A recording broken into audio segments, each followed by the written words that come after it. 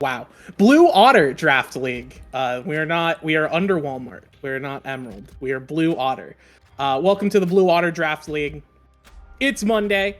It's a little scuffed. We're a little late. We're missing people. But don't worry. I may be alone in reality, but in spirit, I have my wonderful moral support PNG, Maokai, aka Brambleman24, with me here until we find someone. But it is kind of just me right now. But that's fine, because we have a very exciting game on our hands. We have the Puppers, currently one of the top-ranked teams, going up against the Mavericks, who have had quite a strong past couple of weeks.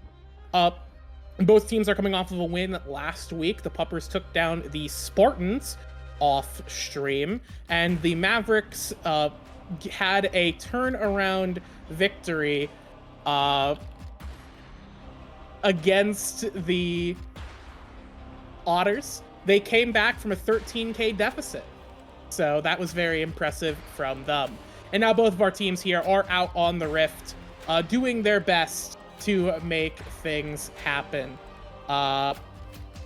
So we've got some exciting games on our hands here. And what might be most exciting is that the Puppers have gotten Garen for Dason. So that is interesting. They let Garen through. Now, for those of you who missed out on the super top Dason from, I believe it was season 4 of the Emerald Draft League, Dason made a name for themselves as the big Garen man. They kind of struggled throughout the start of the split, but once they got Garen, it was all online. The team I subbed in for made the mistake of leaving Garen up, and we got blasted. Very unfortunate. So I'm interested to see what they do with that. On the other side, though, looking at some of their picks that we have here, the Mavericks have Twisted Fate, Ashe, Deanna, and Tarek. They'll be getting their last pick in here soon. Looking like they're hovering a bunch of different mid laners. They're kind of just clicking around, thinking about what they want to go with. Ari probably wouldn't be too surprising. It'll be into Vhagar, so they probably want something a little bit AD, so I do like the Akshan, or maybe even the Zed. They're hovering the Zed. It may get locked in. It's gonna get locked in. Okay. Everybody wake up. This is no time for bed. It's time for Zed. We chose between bed or Zed. It turns out it's Zed. Wake up, everyone. Zed into Vhagar. Very much a classic kind of lane where if I'm Vhagar, I'm crying. But that's just because I'm really bad into playing into Zed, just in general. However, we do also have on the other side Lucian, Leona, Kayn, along supporting the Garen and the Vhagar. I've not been super thrilled about Kayn this split. I think that he's kind of been a bait champion, one of those bait champions alongside Nocturne, where really just not a whole lot they can do around the map. They fall behind early and then they're toast. But, you know, this could be an opportunity to see the Kayn actually get something done. Meanwhile, I do like the Twisted Fate. Actually, no, this is Twisted Fate top lane. Do I like it into Garen? Probably not. You do have the stun, you do have the slow, and both of those are good tools to keep Garen off of you. And Twisted Fate has been picked in top lane in various other competitive leagues as kind of a response into these big bruiser top laners that are trying to kill you with their stupid buttons like the Garen. And I don't... I feel like, judging based on the Chili Crab Conqueror Varus from last week that I saw on stream, well, not on stream, against the Otters, that made me want to consider my living situation. I don't know if I'm super thrilled about the Varus top, or the Twisted Fate top. It's a good thing it's not Varus. I would be very sad if it was. With that said, I do think this is going to be a very interesting game. Both comps are very funky, so we'll have to see which team ends up coming on top. I will give it personally to the Puppers. Dason Garen, he's going to go crazy. So get the Roombas ready. The Roomba does not care about who you are. It will simply sweep you up regardless. So we'll see if the Roomba is strong enough or if the magic cards from the Flying Card Circus are going to be the tipping point to win the game in their favor. We're going to go to a quick break. Myself, Wookie Monster, and of course my co-caster Brambleman24 and his son. And we are going to be right back. So stick around. League of Legends coming at you after the break.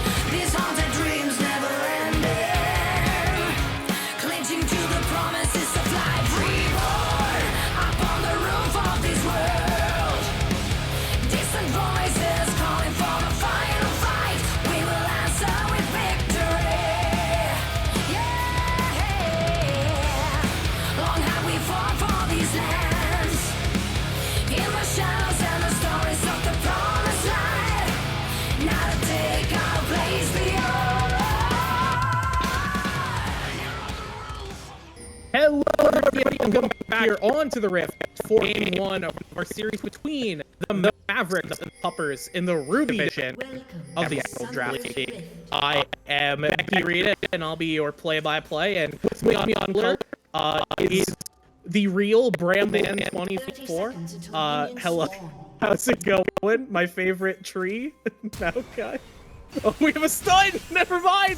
Okay, we got more stuns coming out. Blue Moon Jelly gonna have to blow the cleanse there, as couldn't even introduce you, Minatsu. It's Minatsu, No everyone.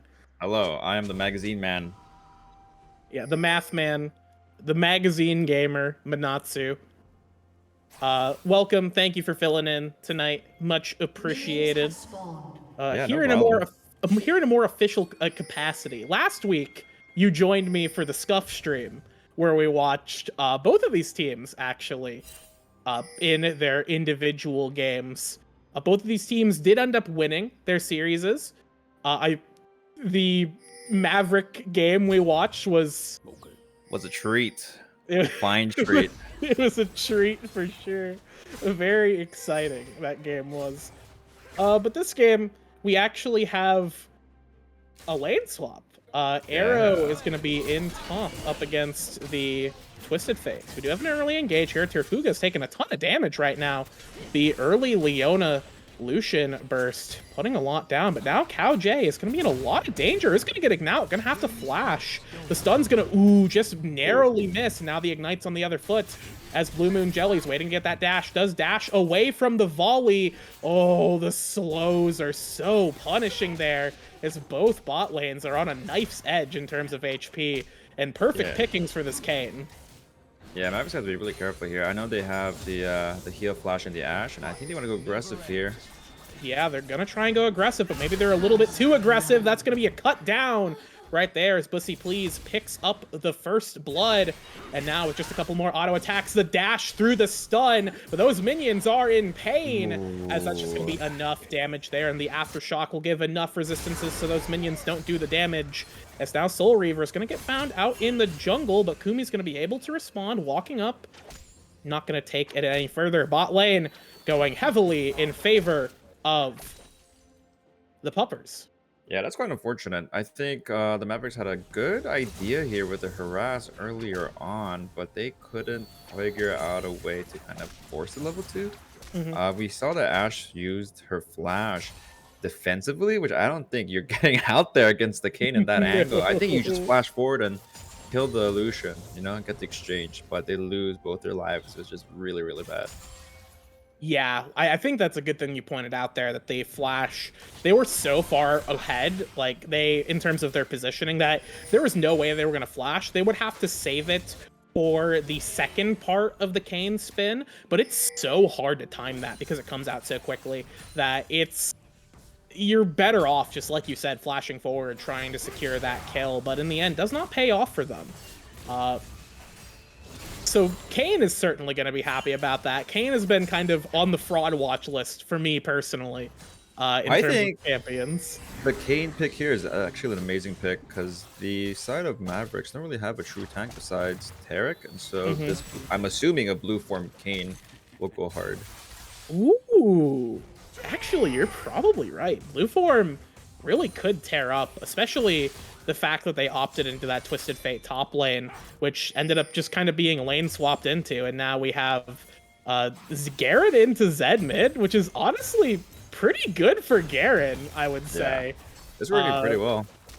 Yeah, and now Chili Crab's kind of struggling in the top side too. They're not respecting the Kayn here.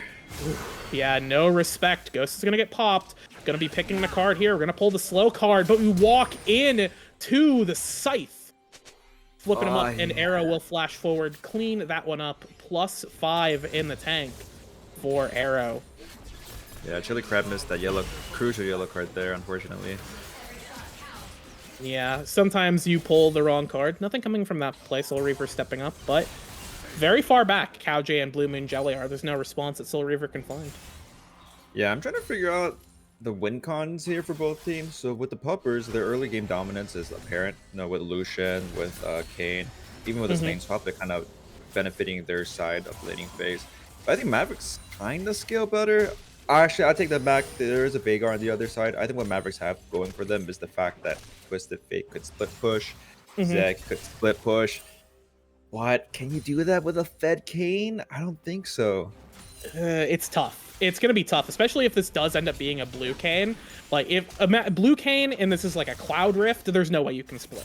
Kane Yeah. will be on top of you at all times. Even without a cloud rift, I think blue cane is fast enough as he's going through the walls that you can't really deal with him. And on top of that, Garen is also incredibly fast and can match a Mhm. split very easily. So yeah, I think where the most power that this Mavericks comp has is going to be more in the mid game. Once we have like that 2-item breakpoint for the Diana and the Zed, uh, once they get a little bit stronger, as we're waiting, once Lucian kind of is less effective and the Kayn kind of slows down a bit in effectiveness, that might be their one major breakpoint, but it's going to come down to if they can get some good picks off of the Zed, Ashe, Twisted Fate. And I don't know if they'll be able to, but hey, there's plenty of game left to be played. Only 6.5 minutes in, and the gold's not even that. It's 1,000, but it's not too terrible. Yeah, I think Diana securing the little rubs was a good idea. There's nothing else, I guess, they thought Kane would be doing. But she is gonna fall behind in C. No, she's ahead in CS. I guess Kane was wasting a lot of time. Well, I wouldn't say wasting, Hmm. but taking that time to gank. Hmm. Oh, Soul Reaver looking for a bit of an aggressive exchange here.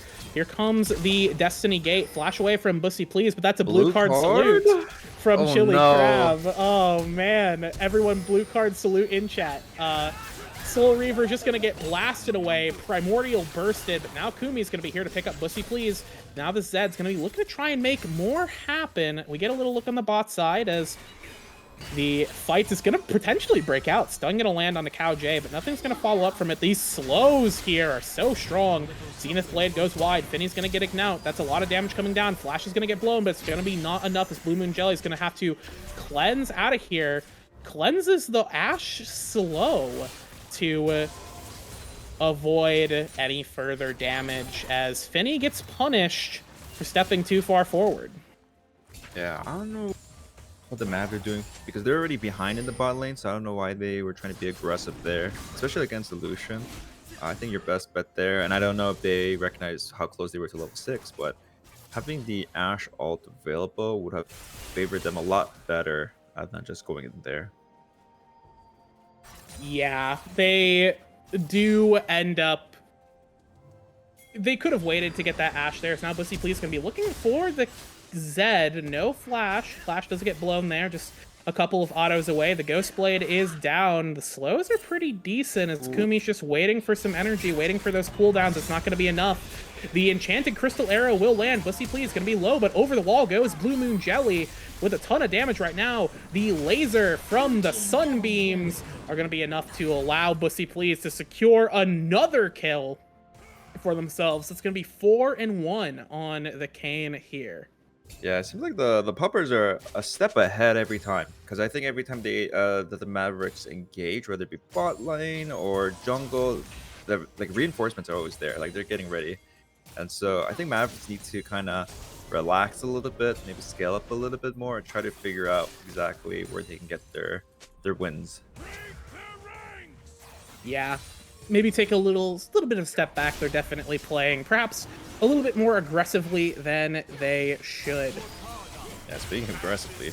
Yeah, we do have an engage right here. Zenith Blade going to land on the Finny. Koling's going to go down. Bussy Please is going to get taken down on the backside, though. That Dragon with Soul Reaver is going to be a lot there. They're not going to be able to secure that Drake. First one's going to go over to Soul Reaver. Good punish there from the Diana, although Finny does drop once again. Yeah, I think that's fine for sure because if you're in a losing position like this, dying might work out here. Yeah. Garen has not backed yet. Dason, why haven't we recalled? You're right. It's just on his door and Dason, shield. you have 2300. Recall, please. Yeah. I'm surprised. So I guess with Veigar going Robo first, I'm assuming is to prevent the burst from the Diana and the Zed. But Kane, I think this was like a minute or two ago. Already finished his first item, Yomu's Ghost Blade, which is incredible. Hmm. Um, so I'm wanting to see what form he decides to take. Darken's ready, so he's waiting for blue. Okay, cool. Yep, I think that's the right call. We'll see if I'll eat my words, but I think Puppers just need to keep doing what they're doing, and I think they're set for the game. I'm not sure what the maps can do at this point to kind of come back. Yeah, something we saw, at least we saw with the Mavericks last week, is that their positioning in a lot of places was a little suspect. So I think that this kind of, Kane situation could be very punishing, as we do have the Destiny Gate. That's going to be an attempted pinch right there. Twisted Fate's going to come in, does have the gold card saluting right there. Kumi is going to see it. We have a pinch here. 4 members of the Puppers are very low right now. Smite's going to go down. Grubbin's going to go over to the Kane. That's 3 for 3.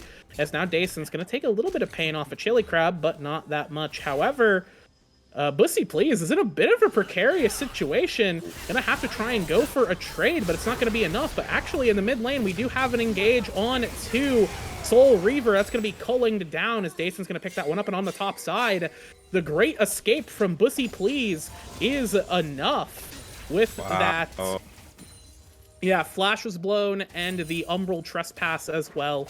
Those 2 tools were more than enough to get the Kane out of there. So they don't even secure Kane on top side. And that's going to be a huge loss for the side of the Mavericks. Yeah, I think that kind of hurts morale too. I think going with the Twisted Fate gold carding there, seeing that pro activity is great, but I think they need a little bit more setup. For sure. You can't just, especially with this kind of pick team, you need more setup to make things happen. If you do not set up properly, as we do have an engage on the Blue Moon Jelly, a ton of damage coming down. Chili Crab doing so much here. The Taric ultimate's going to be big. Turret will not be enough as, yeah, Chili Crab will pick up that kill onto Blue Moon Jelly. The Cosmic Radiance was great. Yeah, no, that was an amazing timing, and I think being able to coordinate like that is great for Mavs. I'm not sure if the Lucian has shut down there, but that was a great pick. Yeah, fantastic pick for sure. It's what they really need to be looking for are these picks. Bussy Please has waited out the Darken timer, is now big and blue and terrifying. Okay. This Kane is going to be very dangerous because, as you'll notice, nobody really has any resistances on the side of the Mavericks, and they really aren't going to be able to afford to build anything. We might see a Zanya's on Twisted Fate and Diana at some point as the Moonfall is going to be flashed out of as Blue Moon Jelly dips away. Yeah, I think that's a great flash. He didn't have cleanse up. Twisted Fate was there, probably ready a yellow card, so great micro there from Blue Moon Jelly. Yeah, obviously it's not great to blow flash. You do have an engage from the Zenith Blade. The culling does so much damage into Finney's backside, but Soul Reaver is right there, and this Diana, even without ulti, is going to be doing a lot of damage right now. Blue Moon Jelly is going to try and just follow up a little bit as we do have the re-engage. Cow J is going to be going in. The big stuns are landing on the Soul Reaver. That's going to be the jungler down, and now Bussy Please has arrived. The Enchanted Crystal Arrow flies in, stuns up the Lucian, but it's a little too late, as that's just going to be 2 freebies going over to the Puppers. Yeah, the Puppers really have their ward control down in the top side of the jungle. You'll notice that they have wards and a lot of the chokeholds, which kind of helps them with all these like setups and ganks. It seems like the Mavs have kind of elected to go ward the dragon. We kind of see 2 wards, control ward, and those wards up there were kind of more recent. So they're kind of showing that they want to go for dragon, but with how their focus right now is in the mid lane, I guess they might have to give it up.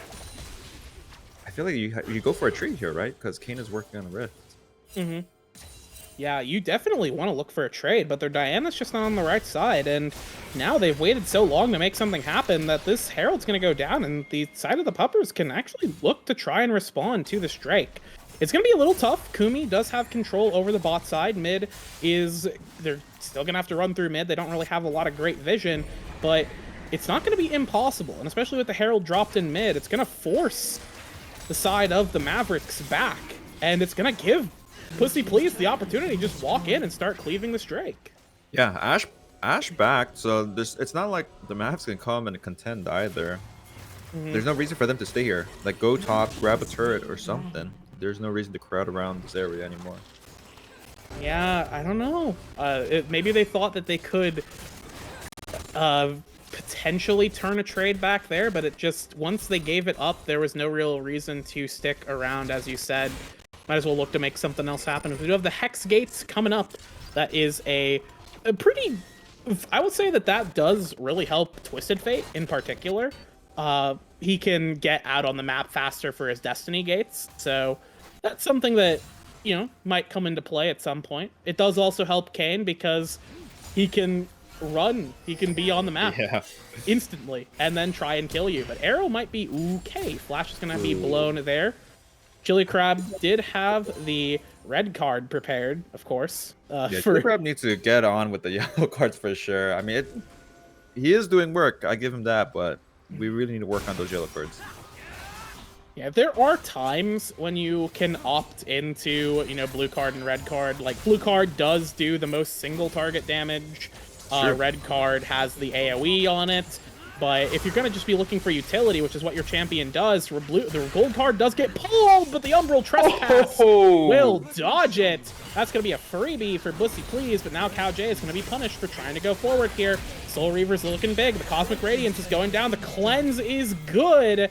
And Cow J and Blue Moon Jelly kind of dip back there. What are we doing on the Leona? As Soul Reaver will pick that one up. Never mind. The rest of our team has arrived as Bussy Please is going to go forward. It's going to be a Primordial Burst into the Deanna. As now Arrow can be frontlining here. Frontline Veigar is the most terrifying of all. It's now Blue Moon Jelly is going to get announced. Going to have to back off here. Arrow still on the front lines. Has a ton of HP with that Rod of Ages. And with some fancy footwork, Finny doesn't take any more damage, but that will be a catch in mid, and the 1-for-1 and the 1-for-0 becomes a 1-for-1. There's a lot of action there, and I think a lot of summoner spells blown too.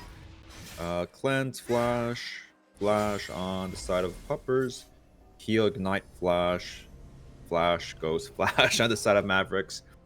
So I'm surprised that it ended up being a 1-for-1. I think that I want to say favors the Puppers because even though you're on the losing side, you did get the 1-for-1. I feel like they blew a lot of summoner spells. And we'll see if they would be back up for the next objective, which is going to be Drake. Yeah, Drake's going to be up in 2 minutes, 20 seconds. Still a little bit of time there to wait for that. This Baron is going to be up in a little under 2 minutes, but I don't think either team is really going to consider that as an option. We don't have a lot of early big burst there, not a lot of sustained damage. Although Garen is capable of doing that, eventually. Is going into that more, that classic speed and damage oriented Garen build. Looking at the builds here. Oh, good night, Chili Crab. Good night. And good night. Yeah, nothing you can do. You're just dead. You're just dead. I was surprised he didn't even have a card at all. I guess the I think he red carded the wave. And that's when Dason ran up. Smart man. Yeah, what I was gonna say is looking across the board, well, before that fight, Garen only participated in one kill, so okay, Arrow is going to be dropping a cage down. Kuma's going to have to go through, but this is going to be Blue Moon Jelly in a big amount of danger. Big burst comes down. That's going to be the execute from Zed. Not going to do a whole lot there, as now Cow J is going to be taking a lot of damage, going to get slowed up, going to get stunned up, almost certainly going to perish here. Never mind. Okay, Soul Reaver does take that one back, but is it going to be too late? As Pussy Please is on the backside, cleaving out that Ashe, but the stuns and slows are enough to stop the Kayn in his tracks. That's going to be a 2-for-2 in the mid lane. Not too terrible, and now Arrow's going to be in a lot of danger here as the blue card salute. Are you kidding me? Oh my god. Are you kidding me? Blue card salute. Blue card salute, folks. That's painful. There's no reason. I mean, I could kind of understand if you blue card during like a stressful moment, like when you're in a fight, but when you're teleporting in, like no one's blocking you. Oh, we All have right. a red card. Red card salute. Oh my god. I was told that Chili Crab was nice with it on Twisted Fate. Where's Keeb? Yeah, I heard Where's that too. I Keeb heard that Cat? too. Where's Keeb Cat? I feel like I've been lied to. Uh, Ah, that's a little uh, painful. yeah, it's certainly unfortunate. I don't think they would kill Garen anyways, and Garen is now about to kill. It seems we've summoned Keeb Cat. What do you have to say about the Twisted Fate? Man, all I gotta say is last time I saw him play it was clean. Tonight it looks like dog shit. All right, thank you. Thank you for the insight. So now if you're in the Mavericks side, what's the goal? What's your win con here? I think it has to be the Twisted Fate side laning, right? And then hoping the other 4 don't die. Yeah, we do have, attempting to get picks is definitely the goal, but Soul Reaver is going to get picked out themselves. Here comes the Enchanted Crystal Arrow. Ooh! That was a nice cleanse and all, but... Yeah, Devin did not need that, but it would look necessary. cool. It looked good, and that's what matters. Yeah. As Blue Moon Jelly actually probably doesn't want to be here. Will get slowed out, will get insta-killed by Kumi there. A good pickup. This is what the Mavericks want. This is what the Mavericks, this is their win condition. Just try and get as many stray kills as possible. Yeah, I think giving it to Zed is not a bad idea either, because right now I think Zed and Ashe are your main carries. Diana is actually doing work. Like initially, I know she died in that 1v4-5 there, but she was pretty close to killing, I believe, the Lucian. I think they really just need to step up with the preparation and making sure Diana's not the only one there. I think you add in Ashe or Twisted Fate with the Diana, then we're talking. But itemization wise too, Diana being your only AP champ, you'll see on the other side there's not really much armor or MR. I don't think they need to, just because of how ahead they are. So we'll see if Mavericks can kind of take advantage of that, because I think a lot of people, when they are at an advantage, tend to just go more aggressive and not build tanky, when in reality, when you're way ahead like this, like 8k, you should build a defensive item. Yeah, it's the sort of thing where when you're behind, you have to play a bit more aggressively, because otherwise, how are you going to win? But when you're ahead, you don't, the onus is not on you to make things happen. So like you said, you can afford to go for some of those tankier items. You don't necessarily need to build just a bunch of damage.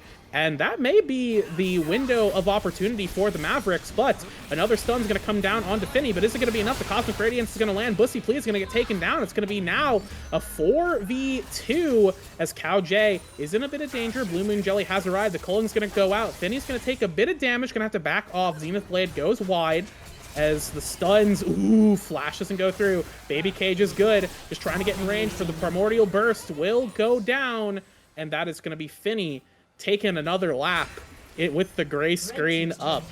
As on the bot side, Dason continues to be a split-pushing menace. Yeah, I think that initial pick up to Kane was good, but I don't think they had to go more aggressive there. I think just grab the kill, get back, they can't do any more objectives, and then be happy with that win. But they pushed a little bit too aggressively, and Finny unfortunately died. Yeah, I will say at the very least, it is just Finny who's dying here. Like, obviously that it sucks to lose a player, but in terms of... I know how that feels. I know how that feels for Arrow. It's just trying to... I just want to stack my Q, man! I just want to stack my passive! And then all the minions are dead. That's... Yeah. You gotta... It's tragic. I think at this point, Mavs need to look for a pick onto Arrow, right? Veigar is an issue. 550 gold is a lot to put in your pocket, and I think Veigar is a little bit easier to kill than Garen. Well, I say that now, but Veigar's a little tanky. Roa plus Zanya's plus Seraphs might actually be a little difficult to kill him. Yeah, no, he is very tough to kill, especially with that Zanya's. They do have a bit of, punch with the lethality, but it's not really going to be enough, I would say, considering how much health they have to cut through. And then add in the shield he gets. It's not as easy you would think, and that is going to be something they're going to have to contend with. As the Zenith Blade is going to go down, stun is going to go through. There's going to be a lot of damage into Finny, going to be taking that down. That's going to be Tarek blasted away. very, very easily, as now Garen will be stunned forever. Might be a bit of danger right here as Kumi's going to get stunned up twice. Umbral Trespass going to cut him down as now the Destiny Gate's going to come through. Dason will be the target there, will be taken down, but that's 4 on the top side, and 4 in the mid are going to be more than enough to cut through this turret. Arrow might be the target right here, does still have the Zhonya's, is still able to go gold, will go right there, but frontline Ashe, a bit of an unfortunate choice from them as they step up too far and will get taken out. Now with the minion wave, it's 2 versus 4, but the stun is good. Chili Crab does have the gold card. We'll throw it onto Bussy, please. HP, the mana bars are low. Cosmic Radiance is going to go down, and the stun is not going to be enough. This is actually going to be a lot of damage right here. Finny right-clicking the gate unnecessarily, but they are able to dissuade the further assault. Chili Crab waiting for that gold card, but trapped in the baby cage. Not going to be enough, but Kumi is going to be more than enough to cut down Blue Moon Jelly. Pop him right there, as that is a great bit of a flip for the Mavericks as they save themselves from the end of the game. Ooh, just missed the arrow there onto Veigar. That would have been huge. Oh, good night. Oh, okay. Yeah, okay. Okay. Dason. Dason is a little bit of a precarious situation. Alright, they really need to secure this because is this so no, it's gonna be soul point if they don't get this. Yeah, it's not quite soul yet. Soul Reaver will blast away arrow there. That'll give plenty of opportunity for Bussy Please to dive in and pick that one up. Now gonna get locked up, stunned down, picked up. That's gonna be 2 kills and a shutdown going over to the side of the Mavericks. And although they lost the objective, they're likely not too upset about that. But their base is getting cracked by minions. Yeah, they kind of focus too much of their efforts on getting or trying to get this drag. Okay. Yeah. Hopefully this is.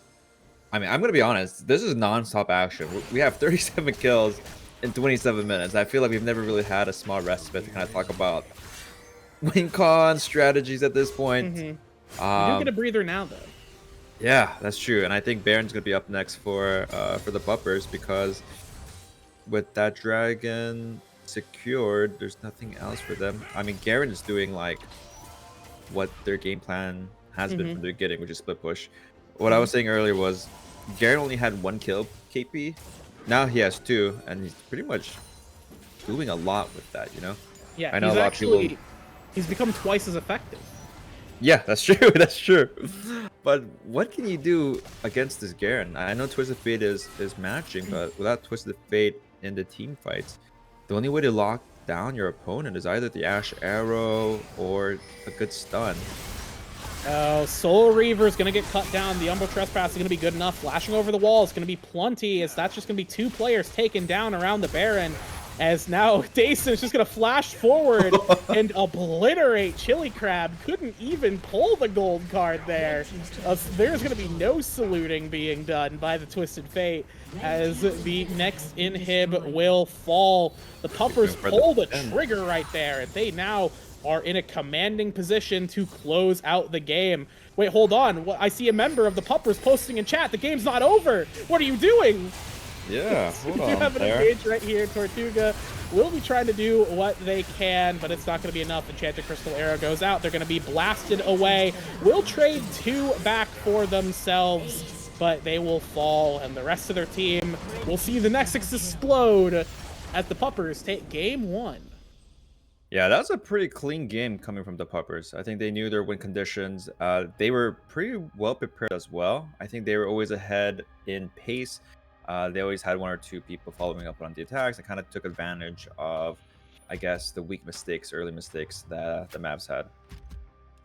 Yeah, definitely taking advantage of those mistakes. And I think that that's something we saw last week. I mentioned it a little bit before the game just really went off the rails, is that something we saw from the Mavericks last week is they're a team that plays very aggressively and sometimes very sloppy. So we definitely saw a bit of that sloppiness, and good on the Puppers for punishing it, I think. They did a really good job seeing those opportunities and taking advantage of it, utilizing the cane especially. Uh, Great stuff from Bussy Please on the champion, I would say. Yeah, I think there were flashes throughout the game, even though the Mavs were behind, where they kind of understood that okay, we need some picks and inject some gold into our champs, and I think we saw that. But unfortunately, they couldn't capitalize on it, and we'll see how they kind of change their strategies in the next game. Yeah, well, we're going to see what they do in the next draft. We're going to go to a quick break as we wait for our players to set that up. We'll be back on the draft after a short break.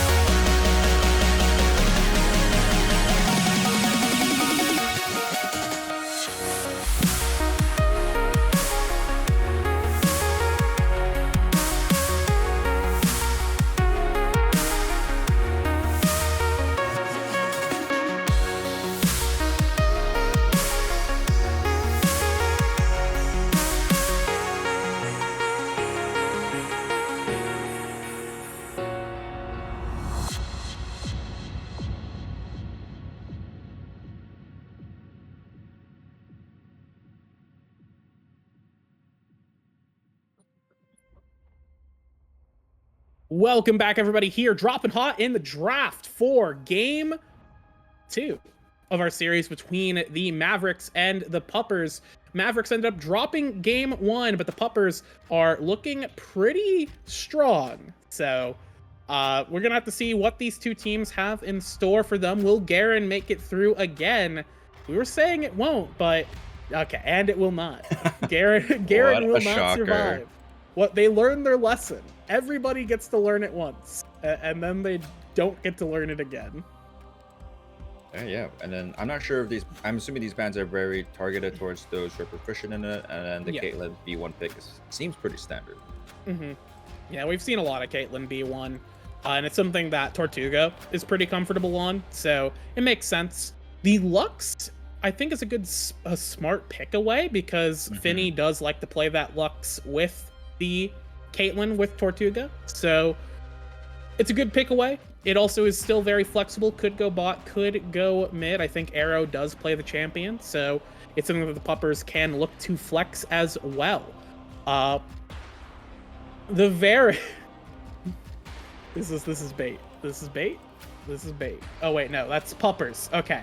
Yeah, it's Puppers picking. It's not Mavericks. Did you think it was the Varus top lane there? I was sweating thinking about Conquer Varus again.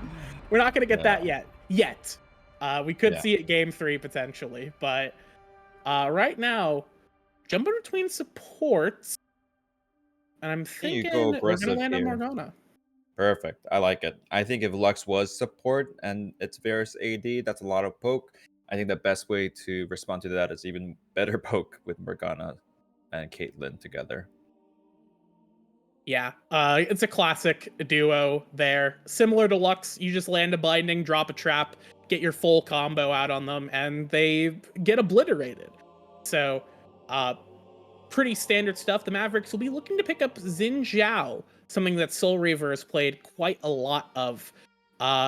Regardless of if it's good, it is still been very popular recently, and it will be the lock-in there for Soul Reaver. And now the Puppers could look to respond with their jungler if they're so inclined. Yeah, they could also elect to pick their Veigar again if they think it's a really strong pick. I think picking a solo laner right before the next round bans is a good idea, and yeah, they picked their top laner. And I think that's smart too, because this is another one of Dayson's really good champions. The Urgot is another one he's pretty proficient on. If we're ranking them, it's Garen, and then you drop like 7 floors, and then it's Urgot, and then Ornn. So I think that those 3 champions, you definitely want to prevent Dayson from getting banned out, and securing the Ornn here. I think Dayson is capable of winning lane against what most things Chili Crab could have in store. So I do like the Ornn.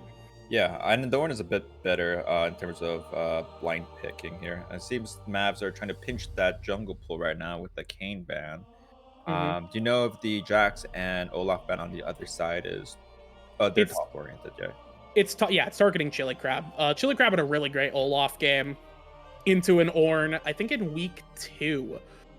Played very well, went like 10-0 or something. So denying that, I think, is a smart idea. As the Kayn, like you said, taking that away from Bussy Please, and Arrow getting targeted by the Zoe ban. As we're going to be blinding the Volley Bear. That is likely going to be going jungle. Unless we pivot Ornn support. I don't think we're gonna see Ornn in the jungle. I don't know if I don't think that's a thing. Yeah, and I think with here, because you kind of picked your jungler early, you're forced to blind the mid. So first you pick your top, which is gonna be the Aatrox, which I think is not a bad idea. I'm not sure how proficient they are in playing the champion, but it's pretty solid into the Ornn. Which mid laner do you pick here? Blind. It's pretty tough. I feel like with what they have, probably something like Ahri, just kind of sticking with all reliable follow-ups that CC. And we do have the Silas will be picked up for Kumi. Not a bad pick, because the other side, Puppers is pretty low range besides the Varus, right? Like Ornn is going to go in, Volley's going to go in, and then your champs are also at a little short range with Jin Zhao and Aatrox. So going with another combat like Silas is not too bad. Although I'm with you, I think Ari would have been better. Maybe Oriana, Syndra, something like a combat mage. Okay, we're locking in a Kali. Wow. Okay. That is going to be Arrow looking to make a statement here with the Akali pick. We've been seeing a lot of that across the draft league. Metro's played it quite a lot. Jay Woodford played it a couple times as well. Various players have been picking up this Akali champion, and we're going to be seeing it on stage today, piloted by Arrow, who I find that interesting because Arrow plays a lot of control mages more so than assassins. So I'm curious as to how they'll do. Yeah, I mean, I think this is not a bad Akali game. Mavs don't really have much CC, right? We have Morgana binding, maybe a Caitlyn trap, but if Akali goes in, like, what are you gonna do, right? Morgana can kind of gas which person to Black Shield, but someone's gonna take a lot of health down due to this Akali. Yeah, and you know, if Akali stumbles into a Caitlyn trap, that's natural selection. You deserve to die. It's just like, congratulations, you've lost. Yeah. So, yeah, like you said, the CC is not super reliable. You have Morgana Q exactly. You have a couple of short stuns on the knockup from Xin Zhao, the knockup from Aatrox, the stun from Silas, but none of that's really the kind of hard CC that you need to lock down Akali. So it's going to be very tough for them to deal with this dippin' and divin' champion. The only thing that might be worth being potentially concerned about is the heavy AP focus from the side of the Puppers. And there are some champions that do benefit quite a lot from various MR items. With the Silas, Aatrox, and Xin Zhao, there are some good MR options for the three of them, so that could be something that comes up as a problem, but as long as Varus builds correctly, we shouldn't have an issue, presumably. Yeah. Do you think the Varus should go on hit or lethality? Or do you think crit is just better here? I don't mind lethality. Yeah, me too. I think you definitely benefit from, you can insta-kill Morgana, you can insta-kill Caitlyn, and I don't think Xin Zhao, Aatrox, or Silas really get tanky enough to where they completely erase the lethality damage you do, especially if they're going to have to spec into MR to deal with Akali and Lux. So exactly. I don't mind it. I think they probably will still end up going crit or on hit, just because it's more reliable. Then it scales a little bit better. And if you load it into lethality, you're kind of really pigeonholing yourselves into an early to mid game, power spike with the Akali as well. And you have Ornn, so you might as well have somebody late game with him to make use of him. Yeah, I think if you were either junglers in this game, you should focus on the bot side, because I think whichever bot side gets a lead makes life so much easier, makes dragon control so much easier for the respective team. All right. Well, with that said, I think we have, well, I guess before we go to break, which team do you favor going into game 2 here? I mean, well, the logos are here, so I kind of already favor. Well, not looking at the logos. Okay. Ignore your logos. Don't look at the logos. Okay. I still like the Puppers draft better. I think it's easier to execute, and there's some late game insurance and the ornaments and all the daily damage. I don't think Mavs have a terrible draft. It's hard to execute, but if they can do it, I think they'll be able to no bother leads to victory. So, but I give it to the Puppers. Yeah, and I would have to agree with you. It's just way more reliable for Puppers. The Mavericks have been going for a lot of really hard to play comps, and they have proven time and time again they cannot play those comps. So I do think that the Puppers, even with the nameplates on it, I prefer the more reliable comp. Or without the nameplates, I prefer the more reliable comp. And with the nameplates, yeah, it's no contest. Puppers, I think, going to be taking this 2-0, but we'll have to see if we're both correct. We're going to go to a break for the spectator delay. When we come back, we'll be in on the Rift for game 2. Stick around. We'll have the action coming at you after the break.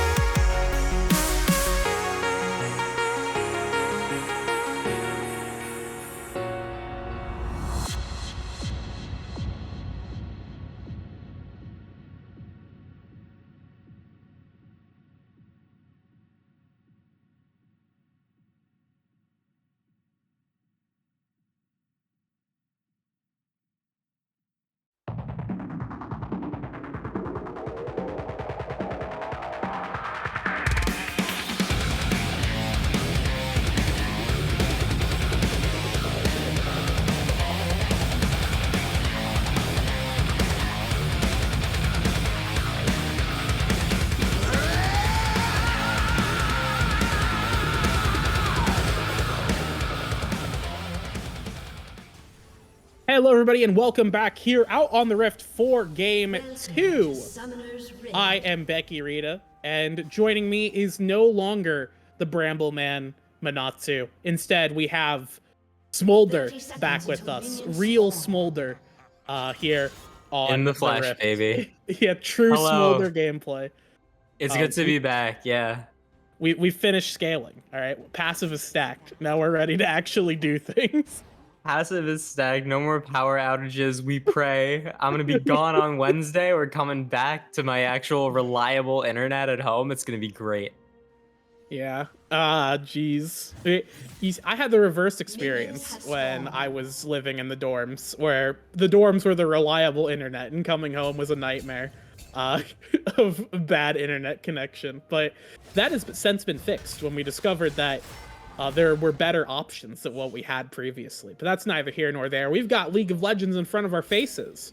And in particular, a couple of more standard compositions, especially compared to Game 1, where we had some very fascinating... This is Tortuga's just getting pot shot. Why is Tortuga there?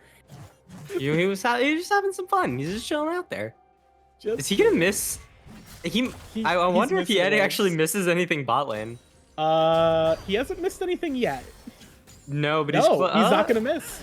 He's not gonna miss anything. There we go. Wow. But his support does take some poke for it, so a little bit unfortunate. But I think he kind of, what did he? Yeah, he forced a potion out of mid lane, so I think that's definitely worth. Yeah, in the end, it's definitely worth. I feel like that's funky, but you know, you don't question how the sausage is made. You just enjoy the sausage. Right? Man, I haven't seen Morgana support in so long, especially after she became a jungle. Like, this is like such an interesting pick here, like the double poke lane, like going with the double first strike bot lane, and then you have Morgana with the Morgana Caitlyn is such a classic, but just something I haven't seen in a while. Yeah, Morgana's certainly been outshined by other options recently. She's unfortunately, as a champion, she's kind of a one-button wonder. Not really a whole lot else she has that, you know, she has her root. That's cool. Her black shield, that's also cool. But her other buttons are just not great. You get more use out of her buttons if you play her jungle. So it makes sense why she might show up there more. But I do still like a good old Morgana support. It's reliable. Reliable it is, and a real big benefit is that black shield. If you can time it correctly, it's going to dodge that Lux binding, it's going to dodge the Chains of Corruption, it's going to be really useful for something like the Call of the Forge God, reducing that knock-up and dice. Ooh. If he gets pulled back in there and he takes that second shower shot, that could have been bad. Yeah, but of course, super top Dason has nothing to fear. One of our great players is the Smite's going to go down. Bussy Please taking a little bit of punishment as Soul Reaver now going to be on the back foot here. No ghost from either player, but Bussy Please has the speed. Cow J is going to flash away, and that's just going to be a free pickup for Bussy Please. And an assist going over to Cow J is, we have a flash forward from Blue Moon. It's going to get punished there by a headshot Q combo from Tortuga. Don't know about that one. That was funky. That was very aggressive. I assume looking for that WQ on Morgana, but without cooldowns, without the spacing, really not able to get it. That was confusing to say the least, but Bussy Please is back for the regank. Binding comes out. Tortuga looking for some damage. They might be able to get it. A nice root from Tortuga, a nice binding as well. Minion slaying Cow J! Tortuga flashes forward and picks up the jungler! It's League of Legends, baby. League of Legends, baby. We're so back. Oh, man. You do not like to see the enemy Caitlyn having 2 kills. It is disastrous if you're Varus right now. That was constructed, the past minute and a half was constructed just perfectly, like an opera, one might say. Yeah, it's literally like those scripted content creator videos where they get their bronze you know, chat members to come in and they're like, you know, AP Renekton, strongest in the game? Question mark, question mark? That's what we saw right there. It was art. It was definitely performance art. But Tortuga will take a bow there and take a BF sword for themselves.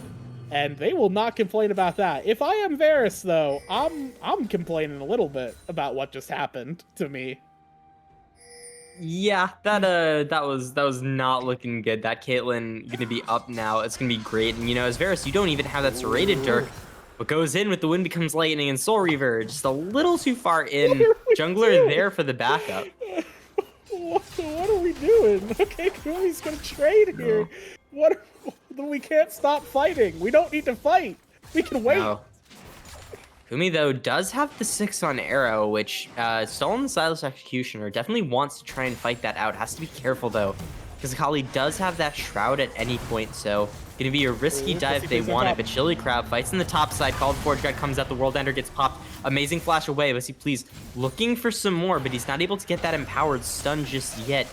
Getting in the bot lane, lands a root right into a Yordle Snap Trap to take out Blue Moon Jelly. Meanwhile, on the top side, Chili Crab manages to get away. Yeah, Flash was blown by the Aatrox there. Dason did end up flashing as well. And yeah, that's a good night looks, as Tortuga is so far ahead right now. Yeah, an extra kill over to his support there. The Morgana picking up one as well. Probably going to be able to get that extra Amp Tome. We can see an Amp Tome out already. I am curious what we end up going first on the Morgana. Depending on the comp, you sometimes see a lot of people rushing that Zanya's. Looking for some more, but Kumi in the mid lane able to get that heal. Doesn't have the Stylish Executioner just yet. Arrow looking for something, but both very low, and both can die very easily, just depending on who pops that ultimate first. Yeah, it's a mutually assured destruction right here. Whoever ultis first probably dies. So we'll have to see who will go for it first, and it looks like the answer will be neither, as Finny roams up into mid lane to buy Kumi a little bit of space to get that lane back in and get a potential recall out here. Does have the TP. Arrow as well does have TP, so I imagine this is going to be just a braided reset for the two of these mid laners here. It's going to be their first recall for both of them, and they'll be very happy about that, getting some more resources in themselves. The root's going to go down, but that's going to be a return flyer. Yeah, nice binding from Tortuga, looking for some more. The Yordle Snap Trap almost had the follow-up, but it's not going to be enough. Tortuga eating a lot of poke there. Yeah, this is what we were talking about. That Black Shield, very useful, but you gotta be great on the timing or it's not that helpful, right? Eating those Chains of Corruptions, getting all that damage down when it could have been avoided really sucks. Yeah, if you don't get the timing, it's just kind of like a purple moral support shield. That's all it really is. Especially into the Caitlyn, or into the Varus, where some of that magic damage is. Chili Crab just gets a kill. Yeah, and Finny goes in, double Soul Shackles onto 2, looking for more. Kumi goes forward, tries to get the root down, but he's not going to be able to get it. And looks like Chili Crab in the top side just took out Dason without us even managing to get anything back. Finny now getting dove on by Arrow. The Stylus Executioner finds one, flashes forward on Tortuga, looking for 2, finds the second one, and the back of Blue and Jelly in the slow might be able to get Arrow out here. We'll see. Kumi looking for something. The Chains of Corruption comes down. He just needs a little bit more. Is he going to find it with the Q2? He is. Kumi kicks out Arrow, but Arrow with a double in the bot lane to pick up some nice shutdowns there. Get himself a bit further ahead. Going to be looking really nice there. Still neck and neck. Could be anyone's game. Yeah, that's the classic, my bot lane versus their Akali experience where, I'm doing great. And then, enemy Akali just roams down and kills them, and, you're sad about it, but... Dason? Dason is just gonna die. Dason just ate, 80% of his health bar for that tower plate. I think it was probably not worth it, actually. No. Call me crazy. I don't think dying for a tower... No. That's like a bout strategy right there. Dying for the tower plate, we call it value. Oh, no. Soul Reaver. The Crescent Guard, though, able to block some damage. Looking not too bad, but Arrow's on his way. Dead. And yeah, without any prio, I mean, you can survive as long as you want. The Crescent Guard, very powerful. Yeah. Mostly if you have teammates. Yeah, and now Tortuga's gonna try and get that. Did he get it? Yes. He did. He did get it. It worth. In the end, it was worth it. It worth 0-3 jungler, but you know what? We've taken 2 crabs away from their jungler, so what is it really worth? Yeah, we're down 20 CS. We're 0-3, but we did secure a single crab. So when you think about it, it's actually even, Soul Reaver having a rough game for sure. It's definitely struggling here into Bussy Please, and I think it just kind of shows the control that the Puppers have had both last game and this game, as Chili Crab's just gonna kill Dason again. Yeah, right in the top side. But Kumi in the mid lane, able to get that Stylus Executioner off. Finds the R2 damage, but it's not going to be quite enough to finish him off. And now the Stormbreaker comes in. Arrow flies in with the Shuriken flip. And Kumi goes down. Thought he had the outplay, but the jungler was there to back up his mid. Yeah, and that was so sad because you see Kumi just like walk face first into Volibear, just dunking him. It's like, ah, geez. It's...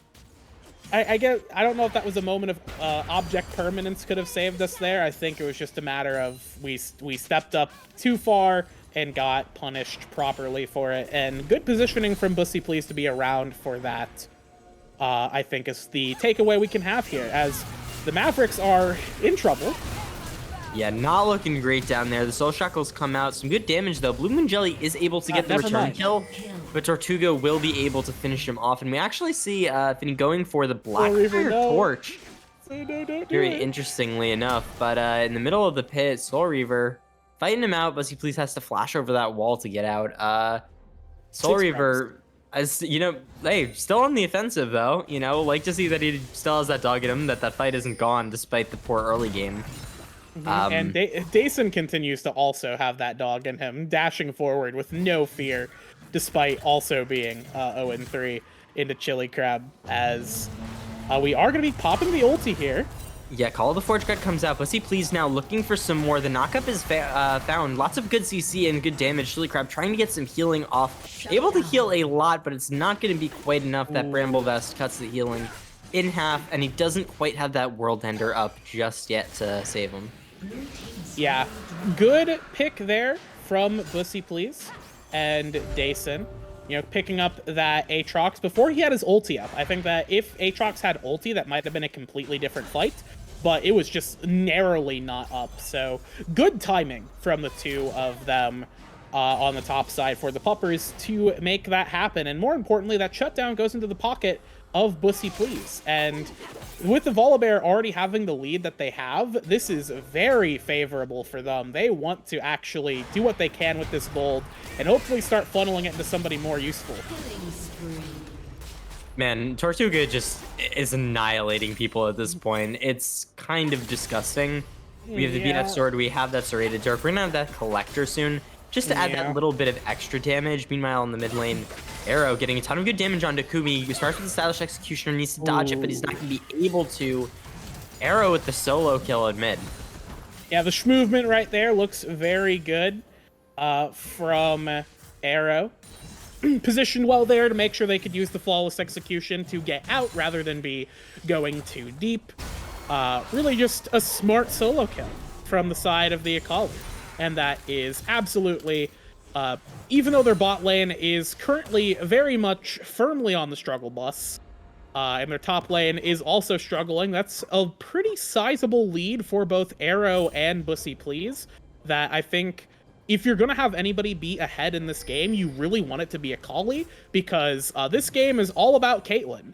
And if you cannot stop Caitlyn from blasting away the wall and your entire team, you will lose. So this game's really going to come down to what Arrow can do with the lead that they have, with the advantage they've accrued, and hopefully the rest of their team can help them, you know, keep at least the Aatrox distracted so they can make that 80 carry kill happen. Yeah, interesting thing to note as well is Finny actually went for that Blackfire Torch, that really aggressive option, rather than something like that Zanya's Rush, maybe going for Rallies for support. So, you know, in the middle of all these fights, Finny, with the chaos, all that's happening between the World Ender, with the CC from his team, a lot of the dive, is actually going to have a lot of damage being pumped out. Meanwhile, Call of the Forge God on the top side looks like we're looking for a fight. Double knockup onto 2. Soul Reaver looking for some more, but that final start snipes out Finny before he can do anything. Kumi uses the Stolen Chains of Corruption, lands a root, but it's not going to be enough. Soul Reaver on the back line won't find anything. 3 for 0. Puppers still fighting this one out. Definitely still in this game. Yeah, I think important to note there for that fight is that Caitlyn was not there. That was absolutely a 4v4, or I guess it was even a 4v5, where the Caitlyn was just not a participant. So even though the rest of the Mavericks were there, including Chili Crab, who does have a pretty decent amount of gold, it's not going to be enough to deal with the extra damage coming out from, you know, Bussy Please coming out from Arrow, and even Dason as well getting that ulti down and the utility from the Ornn. So I think that was maybe not representative of how these fights are going to go further on, but that's going to be a lot of damage pumped into that mid lane turret. And yeah, the Mavericks at this point need to start playing more around the Caitlyn, because if they keep running into fights like that one where Caitlyn is just not there, they're gonna find themselves in a world of hurt, and Chili Crab's gonna be in a world of hurt now. Yeah, speaking of fighting alone, Bussy Please just runs in Mach 10 looking for Chili Crab, who doesn't have that call, the World Ender, and might be able to get a little bit down, but Bussy Please is way too tanky at this point. He already has that Thunder Sky, looking for that Dead Man's Plate, 7, 1, and 2, and that Profane Hydra is just not going to be enough. Yeah, unfortunately, this is actually the not canonical Volibear build. Where is the Roa? Where is the Oh, the what's it called? The Jack of all trades build? The Jack of all trades build. You know, it's not quite that. So, unfortunately, you do only get a C+ this game. But we're dead. Oh, Tortuga just died. Tortuga just died. I mean, just this give is up. this is just the story of the bot lanes, right? I mean, if you get hit by a Morgana Binding or a Yordle Snap Trap, you die. If you get hit by a Chains of Corruption or a Lux Binding, you die. As simple as that. Just don't get hit. Yeah, and unfortunately for Tortuga, they really can't afford to get caught out like that, because, again, they are pretty much the entirety of the Mavericks comp right now. Chili Crab has started to slowly just bleed out the advantage they had accrued in the early game. Soul Reaver is still a walking melee minion. If Finny is doing okay, but that's not a damage dealer. That's a Morgana. So it's unfortunate here that this game really is on the back of Tortuga. So you cannot afford to just be caught like that. And I think Tortuga's opted into abandoning the boots. Is still just on base movement Caitlyn. That's going to make them particularly vulnerable to champions like the Volibear, or even just the Akali, right? So we're going to have to see if that ends up playing a factor, or if Tortuga's positioning is going to be enough to keep themselves alive. For right now, they're going to be taking point in the mid lane. Minute 30 on the Baron. 4 minutes on the next Drake.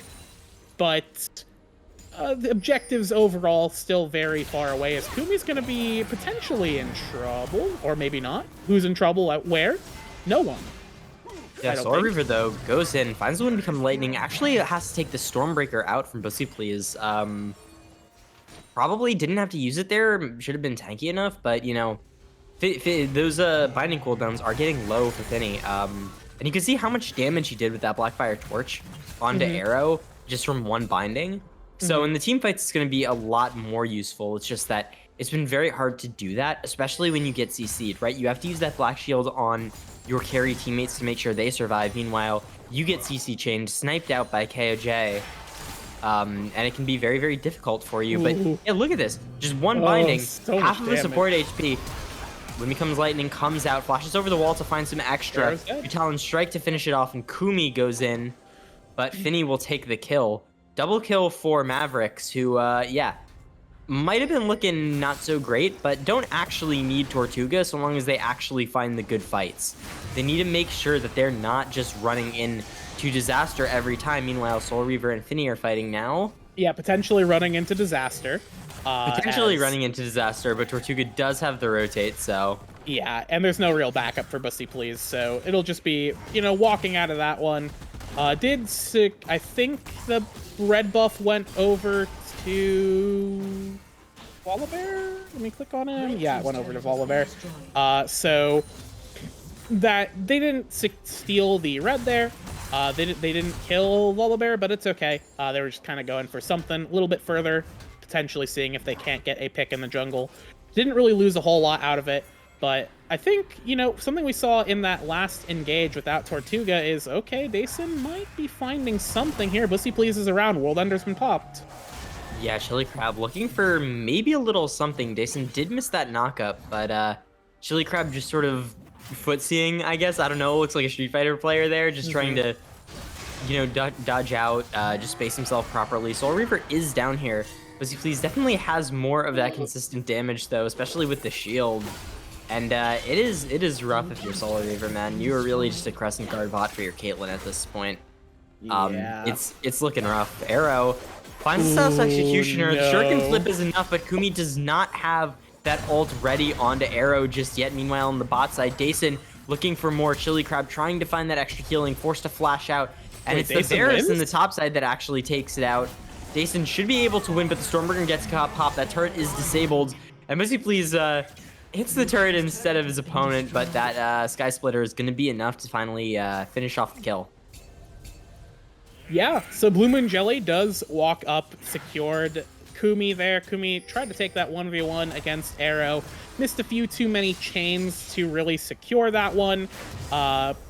As it was just, you know, Varus walked up, got the Q, took that one down. On the bot side there, Dason's actually starting to win these 1v1s against Chili Crab, which is very concerning if you are the side of the Mavericks, because you were kind of early in the game, you were really kind of betting on the fact that, hey, our Aatrox looking pretty strong. He should be able to fight on the side lane, and that'll buy us a little bit of pressure. That'll buy us some space to where maybe we can get to an objective first and set up with Caitlyn. But now you don't have that anymore. And without that, it really is just Caitlyn versus the world. And the world's pretty dangerous right now. It's a scary place out there. There are light bindings and chains of corruption and Akali's around every corner. It's very dangerous. I don't like it. No, it's pretty terrifying, and yeah, it is rough, especially for Chili Crab, right? You intended him to be ahead, and he was for a while, and then just sat on that Profane Hydra for, what, 5 minutes? It's now 23 minutes in, and we're barely working towards our Black Favor. We don't have that Shred. Meanwhile, Arrow just slays out Finny immediately before anything can happen. Tortuga had to flash over the wall, but eating so much poke. Now eating that dragon damage. Meanwhile, on the backside, Arrow finding something. Stormbringer goes in. Some good damage down, but it's not going to be enough. 4-for-0, and Soul Reaver is running for his life. Puppers may have started to turn this game around.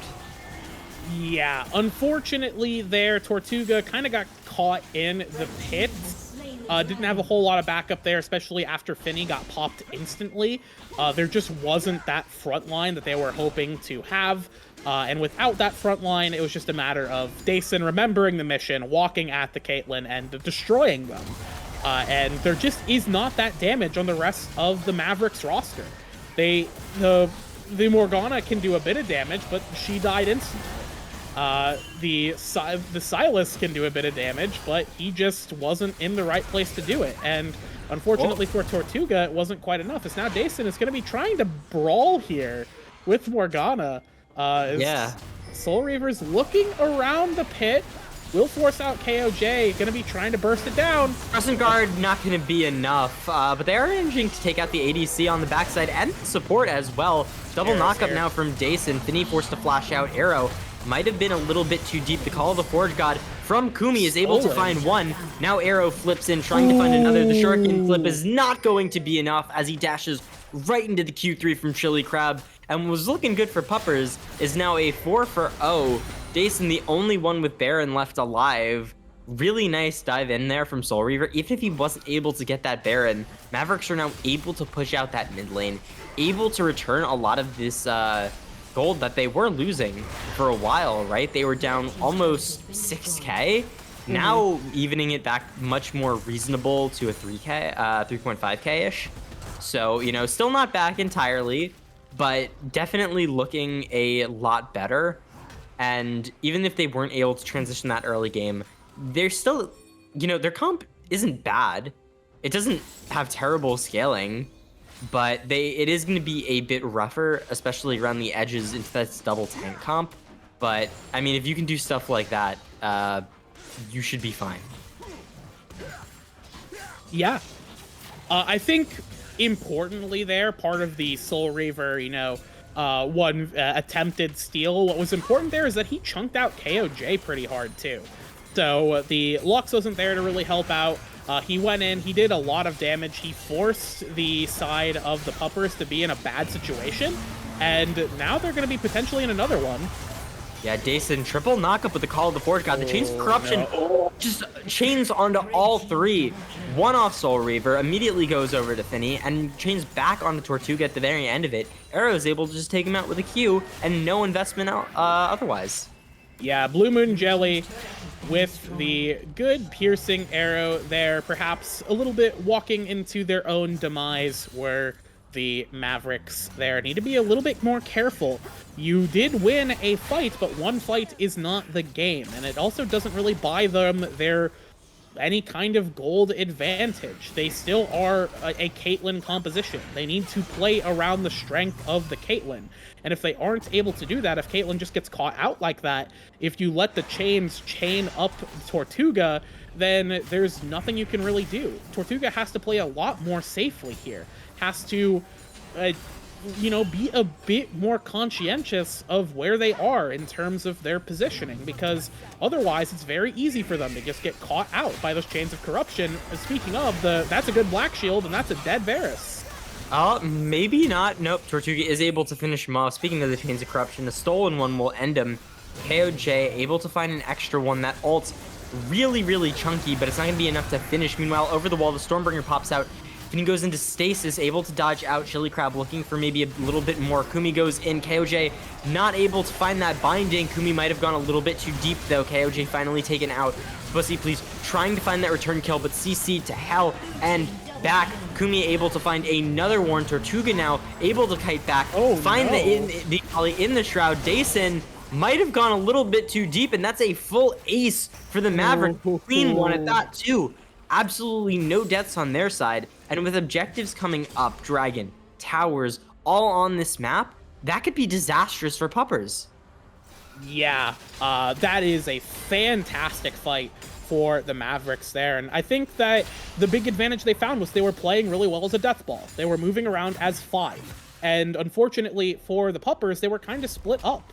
They were just running into players, as like a 3-man squad or a 2-man squad. And that wasn't enough for the side of the Puppers to really do anything, because the Puppers need to play as 5. They have Volibear, they have Ornn, they have Varus.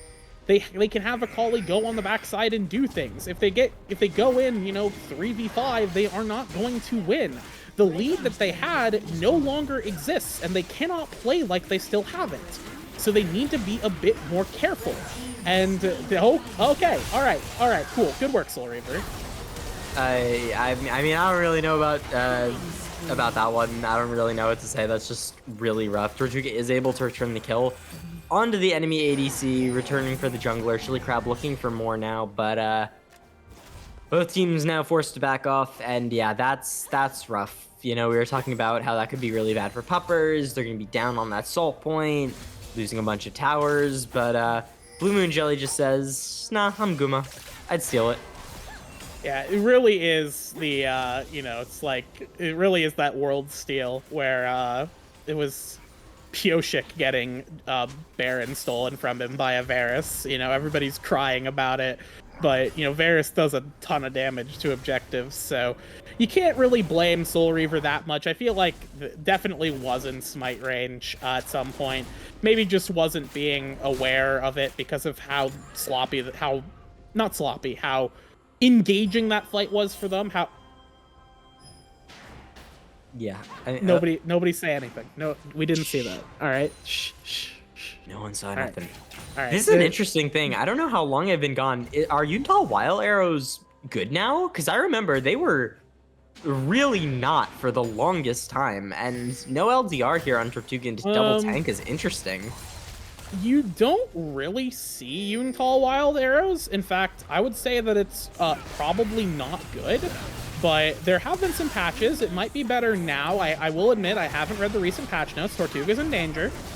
Yeah, not great. Stormbringer comes out, an amazing jump right onto Tortuga, who so dies late. right before the Baron. Yeah, base checking a little bit too deep. KOJ manages to get that double root. They got to use flashes and a Crescent Guard just to get out in time. Flash in there from Chili Crab might have been a bit aggressive, but we'll see. Trying to chase forward a little bit more, but now Arrow on the sideline looking for it. Dason doesn't have that TP, but you can see him coming up on that flank. Does have that Call of the Forge God, so they have to be very careful. Ooh.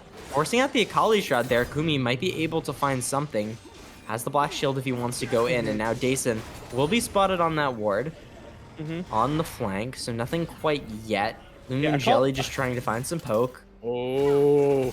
Holly goes in, Smash Executioner, goes in with the Shuriken flip over the wall. Lots of damage down, and Soul Reaver is already dead. Good damage down from Kumi on the back line to try and find something, but it's not going to be enough. KOJ with the double. Chili Crab now in danger as well. Going down just a little bit more. Dason already on to Finny. Busy Please going to finish off the kill, and it's just Tortuga alive now. The TP comes in mid to try and get those towers, maybe finish out the game, and yeah, getting caught there is probably the worst thing that could have happened for Mavericks. Now back down to that 5k gold deficit that they were at right before they won that fight, and it is not looking good. Yeah, unfortunately, Tortuga getting caught out was horrendous, and now they're just gonna die again. It's so... That might be it. Yeah, like, they have 4 seconds on Soul Reaver, 12 on Kumi, but it's just not going to be enough. I don't know what one Xin Zhao is going to be able to do against 5. So, yeah, it's going to be Caitlyn getting caught out. The Caitlyn comp, no matter how much of a lead you have, if you're the one player with gold and you end up dead, you're not going to be able to win. No, Puppers with an easy 2-0. Well, I'm not going to say easy. Mavericks put up more of a fight in game 2, but with a 2-0 decidedly nonetheless. Bit rough there. Really, you hate to see it. If you're the Mavericks, you thought you had that early game, should have had this in the bag, and just that faltering in the mid game that we've seen from a lot of these teams that just struggle to take on the top. Yeah, I do think that, you know, Arrow played well towards the end there, found some good angles. Looking at the side of the Mavericks, though, excuse me, I don't know why I'm talking about Arrow. The Mavericks, I feel, they looked better in game 2 than in game 1. The Chili Crab had a pretty solid early game. Tortuga, of course, Tortuga and Finny were dominating that lane.